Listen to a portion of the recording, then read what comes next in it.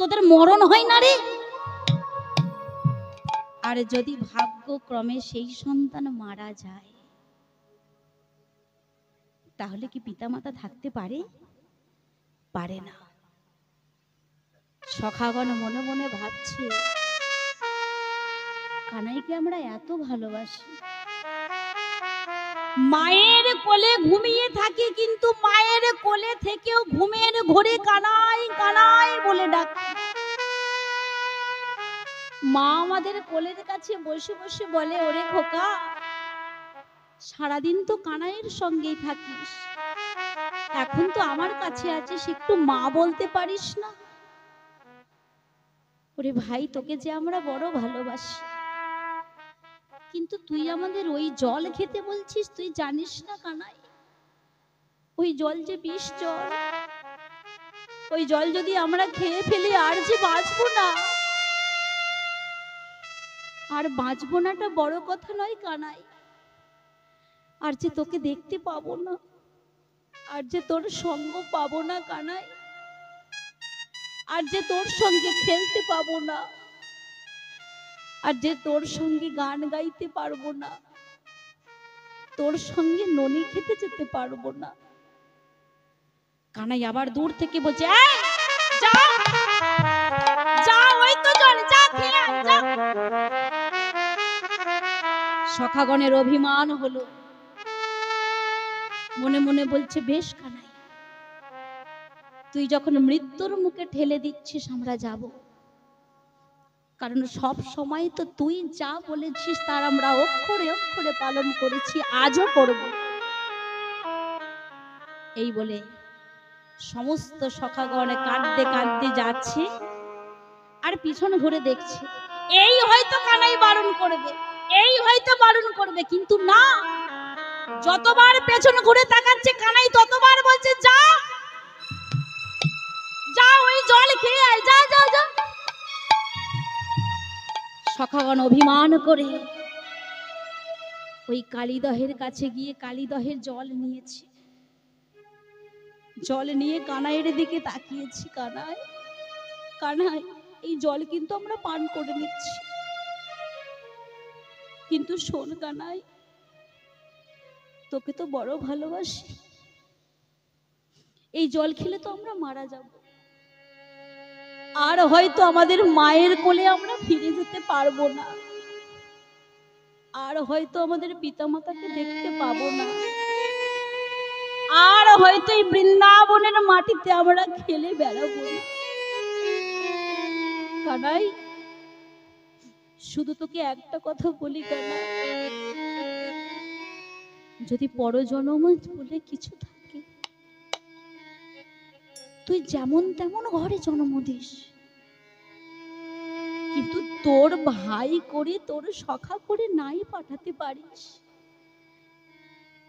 অন্তত বৃক্ষ তরুলতা করে পাঠাস, যেন তোর সঙ্গটুকু লাভ করি।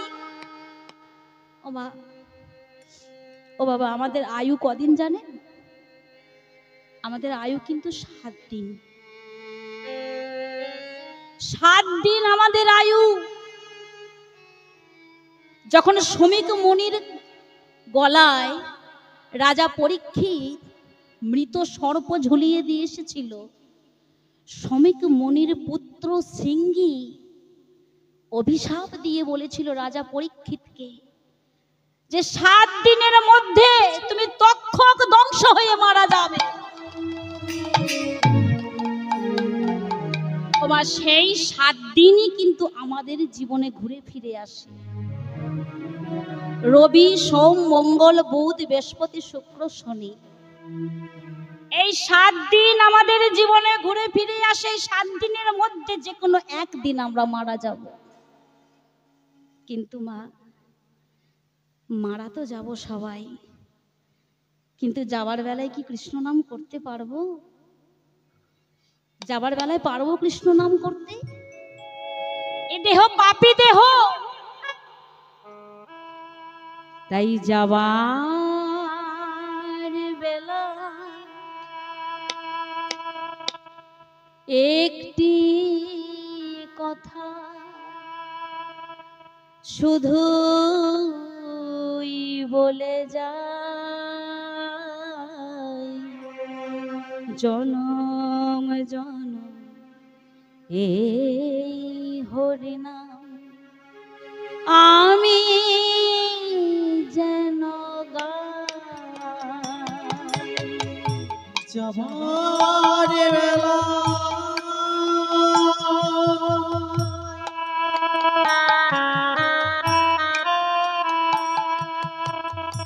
একটি কথা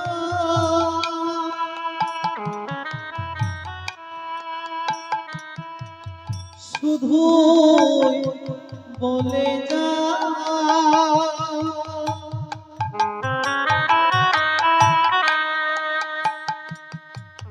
জনম জনম এই হরিনাম আমি যেন গাই। আমি যাবার বেলা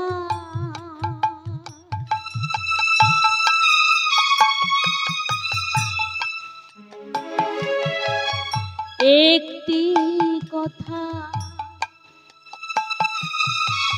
শুধু বলে যায়,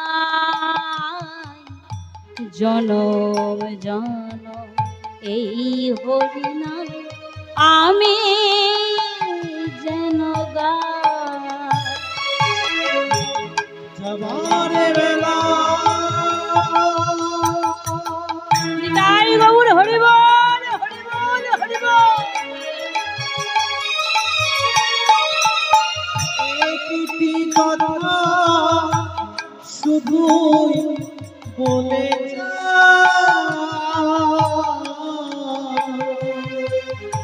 জনম জনম এই হরিনাম আমি যেন গাই।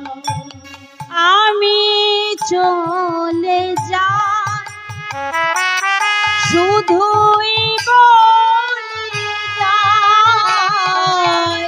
আমি চলে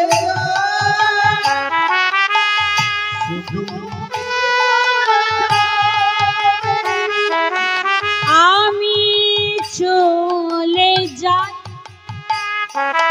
শুধুই বলে যাই, আমি চলে যাই শুধুই বলে যাই। সবার মাঝে যেন পাই গো আমি ঠাই। তোমাদের সবার ক্ষমার মাঝে যেন পাই আমি ঠাই। সবার ক্ষমা মাঝে যেন পাই গো আমি ঠাই। তোমাদের সবার ক্ষমার মাঝে যেন পাই আমি ঠাই। যাবার বেলা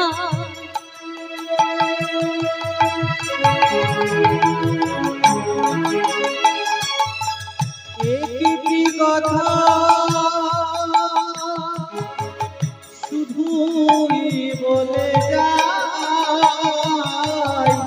জনম জনম এই হরিনাম আমি যেন গাই। একটি কথা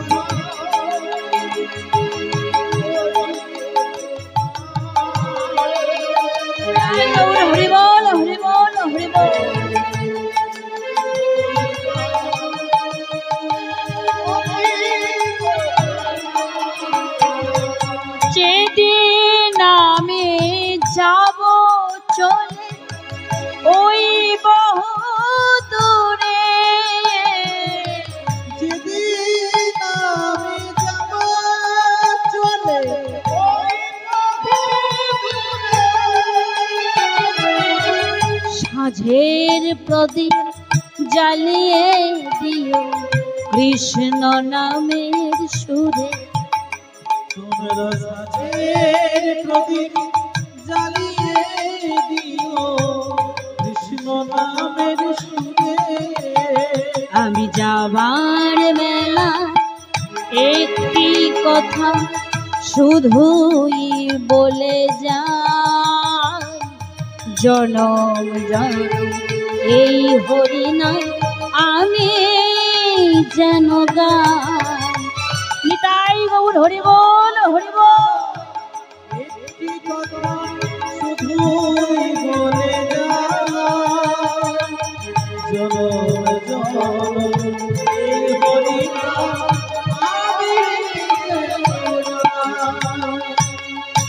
আমি চলে যাই। নিতাই গৌর হরি বল হরি বল হরি বল।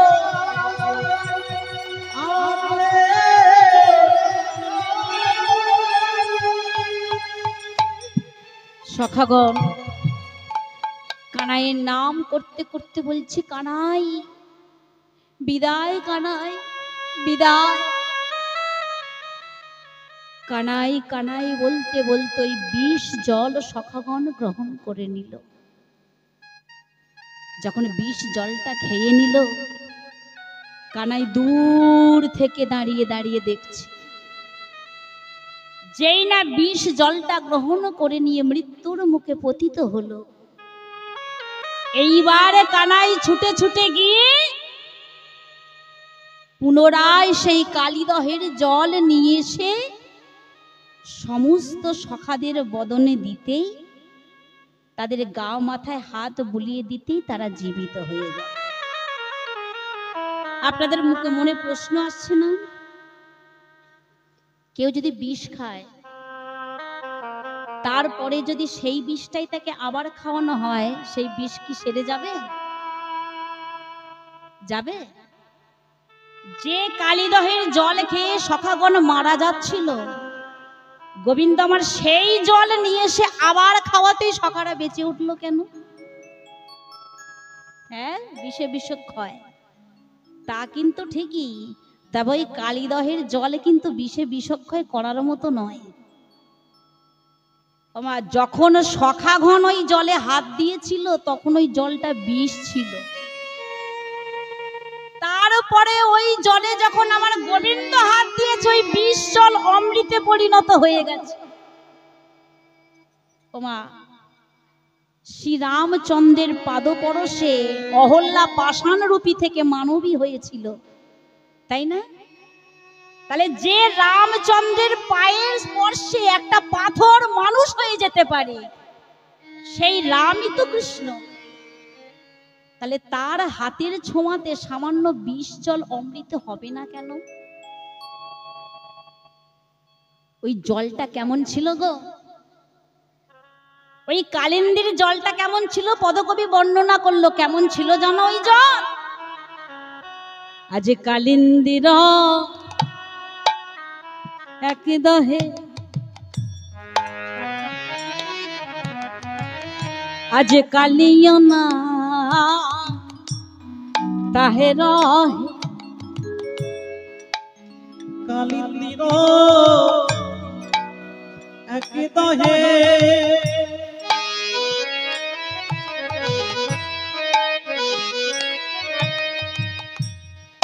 কালিও না তাহারা হে। আবার বেশি জল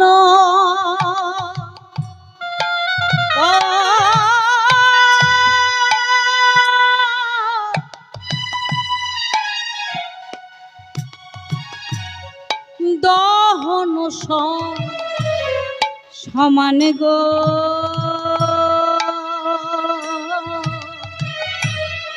আজ বিসর্জন দহন সমান। আরে বিসর্জন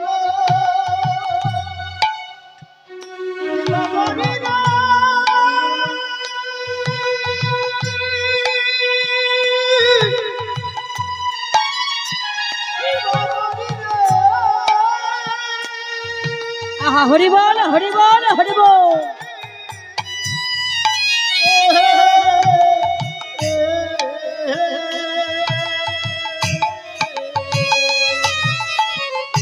আরে বিশ্ব জল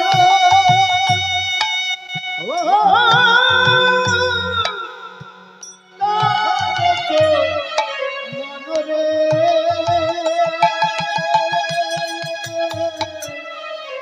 আরে বিশ্ব জল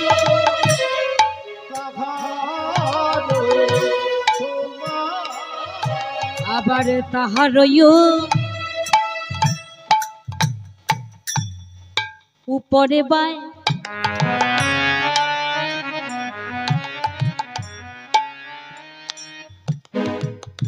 পাখি যদি উড়ে যায় ওই না তারয় পরে বা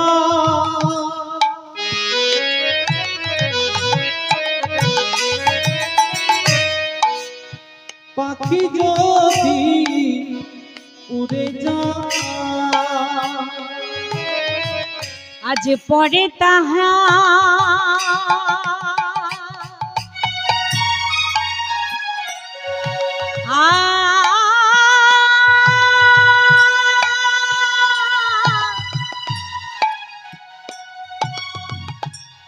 তেজিয়া পরাণ গো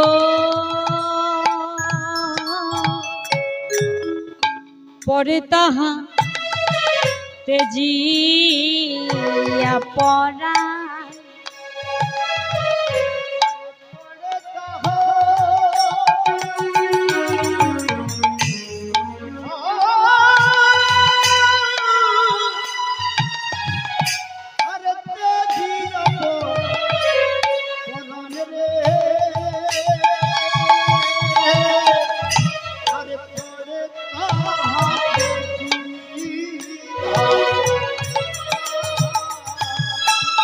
কেউ বেঁচে থাকে না কেউ বেঁচে থাকে না কেউ বেঁচে থাকে না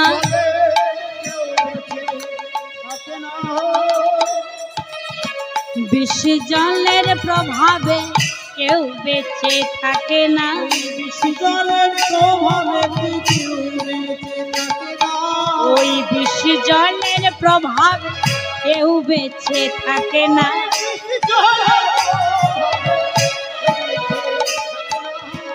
ওপরে যদিও যায় কেউ বেঁচে থাকে না ওই বিষ জলের প্রভাবেতে বিদায় গৌর হরি বল হরি বল।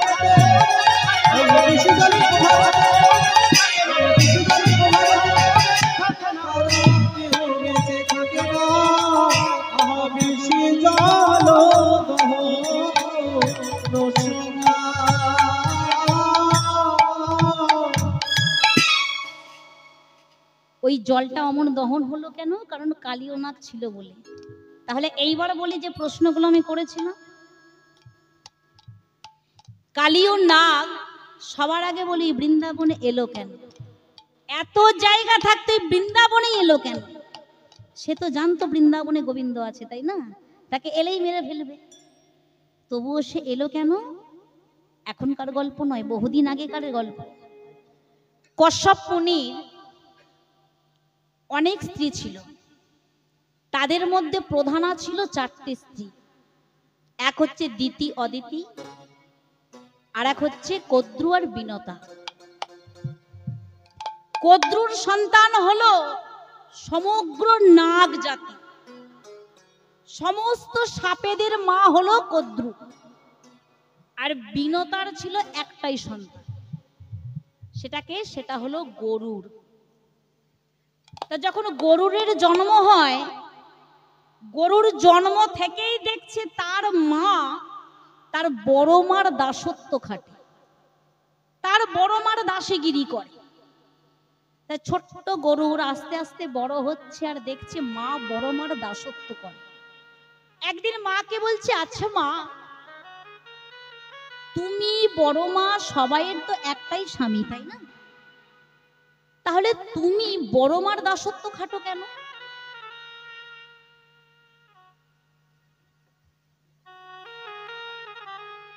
তুমি বড় মার দাসত্ব খাটো কেন?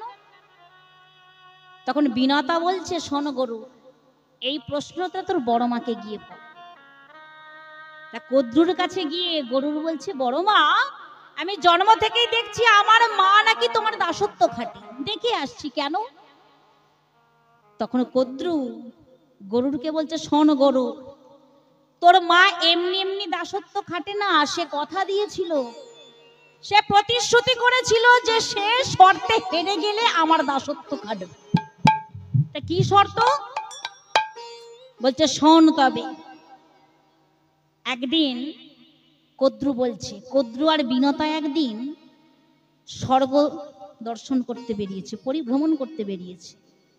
পরিভ্রমণ করতে বেরোতে গিয়ে দেখে নাকি দূর থেকে, কাছাকাছি কিন্তু নয়, দূর থেকে ইন্দ্র রাজার যে বাহন, ইন্দ্র রাজার বাহন একটা হাতি ছিল, সেই হাতিটাকে দূর থেকে দেখতে পেয়েছে। দেখতে পেয়ে কদ্রু বিনতাকে বলছে, আচ্ছা বিনতা বলতো হাতিটার রং কি? হাতিটা দূর থেকে বিনতা দেখছে, বলছে, কেন দিদি? হাতিটার রং হলো সাদা। তখন কদ্রু বলছে, না, তার মনে অহংকার ছিল, সে বড় বউ, ছোট স্ত্রী, ছোট বোনের কথায় কথা তো মেলাতে পারে না। না বিনতা, তুই ভুল দেখছিস, ওই দেখ ওর রংটা হলো কালো। বিনতা দূর থেকে দেখে বলছে, না দিদি, আমার তো মনে হচ্ছে সাদা। বেশ, তবে কালকে আমরা আবার আসবো, যদি দেখি তোর কথাই ঠিক তাহলে আমি তোর দাসীগিরি হব, আর যদি দেখি আমার কথা ঠিক তাহলে কিন্তু তোকে আমার দাসত্ব খাটতে হবে। বেশ, ঘরে গিয়ে কদ্রু কি করেছে, সমস্ত নাগ জাতিকে ডেকেছে, সমস্ত সন্তানদের ডেকেছে, ডেকে যে যে সন্তানের গায়ের রং কালো, দেখবে মা অনেক অনেক সাপের গায়ের রং পুরো মিশ কালো, সেই সেই সাপ সর্পগুলোকে বলছে, শোন, আমার আদেশ, আজকে রাত্রে গিয়ে তোরা ওই ইন্দ্র রাজার বাহনটাকে এমন ভাবে ঘিরে ধরবি যেন দূর থেকে দেখে মনে হয় ওই বাহনটা কালো। তাই মায়ের কথা রাখতে যে যে কাল সাপ ছিল সবাই গিয়ে ওই হাতিটাকে ভালো করে আষ্টে পৃষ্ঠে জড়িয়ে ধরেছে। এমন সময় দুই বোনে বেড়াতে গিয়ে দেখে নাকি সত্যি তো দূর থেকে দেখছে কালো। তাই তখন থেকে তোর মা আমার কথা রাখতে দাসত্ব করে। তা আচ্ছা বড় মা, এর কি উপায় নেই? যে কোনো সমস্যার সমাধান তো আছে, আমার মা নাই একটা ভুল করেছে, তবে তার কি কোনো সমাচার নেই? বলছে, আছে। তুই পারবি তো? হ্যাঁ পারবো, বলো না তুমি। স্বর্গ থেকে ওই অমৃত এনে দিতে পারবি? যদি অমৃতটা এনে দিতে পারিস তাহলে তোর মাকে আমি কথা দিলাম দাসত্ব বৃত্তি থেকে মুক্তি দেব। বেশ, গরুর ইন্দ্র রাজার কাছে গেছে। মা, অমৃত তো স্বর্গধামে ইন্দ্র রাজার কাছে থাকে, যে স্বর্গধামের রাজা তার কাছে অমৃত থাকে, অমৃত ভাণ্ডার। তে গিয়ে গরুর ওই ইন্দ্র রাজাকে বলছে, দেবরাজ, ওই কলস ভাণ্ডটা, অমৃত ভাণ্ডটা আমাকে দিতে হবে। ইন্দ্র রাজা তো অবাক, অমৃত ভাণ্ড যখন তখন তো যাকে তাকে দেবার জিনিস নয়, সে কিছুতেই দেবে না আর গরুর ছাড়বে না। শোনো, আমি তোমায় দিতে পারি যদি তুমি যুদ্ধে আমাকে পরাজিত করতে পারো। গরুরের সাথে ইন্দ্র রাজার যুদ্ধ বেঁধে গেল। যুদ্ধে ইন্দ্র রাজাকে পরাজিত করে সেই অমৃতের কলস মুখে করে নিয়ে গরুর আসছে, মুখে করে নিয়ে গরুর আসছে। আস্তে আস্তে ওই বৃন্দাবনের মাঝে ওই কদম গাছটার উপর, ও বা পাখি তো মুখে করে কলসটা নিয়ে আসছে, একটু হাঁপিয়ে গেছে, ওই গাছটার উপর কলসটা রেখে একটু বিশ্রাম নিচ্ছে। এমন সময় পাখিদের দেখবেন স্বভাব আছে, ঠোঁটে কিছু লেগে থাকলে একটু গাছের ডালে পাতায় ঠোঁটটাকে ঘষে নেয়। তাই ঠোঁটটাকে একটু ওই গাছের ডালে পাতায় ঘষে নিয়েছে। নিজে কিন্তু অমৃত খায়নি, ওই গাছের ডালে পাতায় ঘষার ফলে ওই অমৃতটুকুটাই কদম গাছটা পেয়ে গেছে। তাই কদম গাছটা সারা জীবন বেঁচে গেছে। এবং অমৃত ভাণ্ড পরে নিয়ে গিয়ে কদ্রুর হাতে দিয়ে বলছে, শোনো মা, আমি তোমায় অমৃত দিয়ে দিলাম, এবার তুমি কথা দাও আমার মা দাসত্ব বৃত্তি থেকে মুক্ত। যেই দেখেছে অমৃত পেয়ে গেছে, কদ্রুর লোভ জন্মে গেল, অমৃত পেয়ে গেছি মানে আমি আমার সন্তানরা অমর হয়ে যাব। সঙ্গে সঙ্গে গরুরকে বলছে, গরুর, ওই অমৃত কলস তো মূল্যবান জিনিস, আমি কিভাবে সেবা করব? গরুর বলছে, শোনো মা, আমার সে যে অমৃতটা নিয়ে এসেছে সে তো এমনি এমনি নিয়ে আসেনি। অমৃত যখন তখন যাকে তাকে দেবার জিনিস নয়। ইন্দ্র রাজা তাকে কিছু পরামর্শ দিয়েছিল, সেই পরামর্শ জেনেই এসেছিল। তাই অমৃতের কলসটা হাতে নিয়ে বলছে, শোনো মা, এই অমৃত তুমি এখন হাত দিতে পারবে না, সবাই স্নান করে শুদ্ধ বসন পরে এসো, তারপরেই অমৃতটা তোমরা পান করো। এই আমি এইখানে রেখে দিলাম। কিন্তু কদ্রুর সামনে অমৃত ভাণ্ড রেখে দিল, রেখে দিয়ে একটু আড়াল হয়ে দাঁড়িয়েছে। সঙ্গে সঙ্গে কদ্রু তার সর্পগণকে নিয়ে, সন্তানগণকে নিয়ে স্নান করতে চলে গেছে। যেই না স্নান করতে গেছে, তৎক্ষণাৎ ওই অমৃত ভাণ্ড গরুর নিয়ে আবার ইন্দ্র রাজার কাছে দিয়ে এসেছে। তাহলে অমৃত আর কদ্রুর পাওয়া হলো না। এদিকে অমৃত ভাণ্ড এনেছে দেখে কদ্রু বিনতাকে দাসত্ব বৃত্তি থেকে মুক্তি দিয়ে দিল। তাহলে কদম গাছটা কেন বেঁচে রইল? অমৃত পেয়েছিল বলে। এইবার বলি, ওই কদম গাছটায় গরুর এসে কিন্তু আবার বসেছিল। ওই গরুরের একটা ভুল গরুরকে বৃন্দাবনে আসতে বাধা দিয়েছিল। কেন? কারণ গরুর একবার ওই কদম গাছে এসে বসতেই তার নিচে যে সৌভরিমণি সাধনা করছিল, ওই কালীদহের জলে একটা শোল মাছ ঘুরছিল তার বাচ্চাগুলোকে নিয়ে। এমন সময় ওই গরুর শোল মাছের বাচ্চাগুলোকে দেখতে পেয়ে লোভে আকৃষ্ট হয়ে ওই শোল মাছটাকে মুখে করে নিয়ে ওই কদম গাছের ডালে বসে বসে খাচ্ছিল। আর তার নিচে সৌভরিমণি সাধনা করছিল, তার গায়ে যে রক্ত পড়েছে সৌভরিমণি অভিশাপ দিয়ে বলেছে, শোন গরু, তুই আমার সাধনায় বিঘ্ন ঘটিয়েছিস, তাই এর পরের বার তুই যখনই বৃন্দাবনের এই দহর কাছে আসবি তুই তখনই ভস্মীভূত হয়ে যাবে। তাই গরুর সব জায়গায় যায়, শুধু ওই বৃন্দাবনে কালীদহের কাছে আশেপাশেও যায় না। এবং ওই সাপেদের সাথে একটা শত্রুতা করেছিল বলে, তার মায়ের সাথে শত্রুতা করেছিল বলে, তখন থেকে গরুর মনে মনে ঠিক করে নিয়েছে যেখানে সাপ দেখবে সেখানেই তাকে ধ্বংস করবে। দেখবে গরুরের সাথে সাপের কিন্তু শত্রুতা আছে, যেখানে গরুর থাকবে সেখানে সাপ থাকবে। তাই কালীও না, সে জানতে পেরেছিল যে গরুর প্রতিশ্রুতি নিয়েছে যেখানে সাপ দেখবে তাকে খেয়ে ফেলবে। একমাত্র বৃন্দাবনের কালীদহটাই গরুর যেতে পারবে না। তাই ওই বৃন্দাবনে এসে আশ্রয় নিয়েছি। এবং ওই বৃন্দাবনে এসে আশ্রয় নেয়ার ফলে ওই যে কালীয় নাগ, কোন শাস্ত্রে আছে চন্দ্রধ্বজ রাজা, আবার কোন শাস্ত্রে অন্য নাম আছে। সেই চন্দ্রধ্বজ রাজা অগস্ত্য মুনির অভিশাপে সাপ হয়ে জন্ম নিয়েছিল এবং পরে মুনিগণের পরামর্শে ওই অগস্ত্য মুনির পাদদক নিয়ে এসে সেবা করার ফলে সাপ মোচন হয়েছিল বটে, কিন্তু সমস্ত পাদদক গ্রহণ করতে পারেনি বলে তাকে খল রূপে আসতে হয়েছিল। এবং ওই যে পাদদক নিয়ে এসেছিল, এটা একটা বড় গল্প, যদি সারা রাত ধরে বলি তাও শেষ হবে না, তাই ছোট্ট করে সার অংশটুকু বলছি। অগস্ত্য মুনির পাদদক ওই চন্দ্রধ্বজ রাজা মাথায় করে নিয়ে এসে রাজ মন্দিরে রেখে তার স্ত্রীগণকে বলেছিল, শোনো, এটা হলো মহান পুণ্য ব্যক্তির পাদদক, আমি সেবা করব, আমার কুষ্ঠ ব্যাধি হয়েছে তার অভিশাপে, সেই ব্যাধি মুক্ত হবে, তোমরা যত্ন করে রেখে দিও।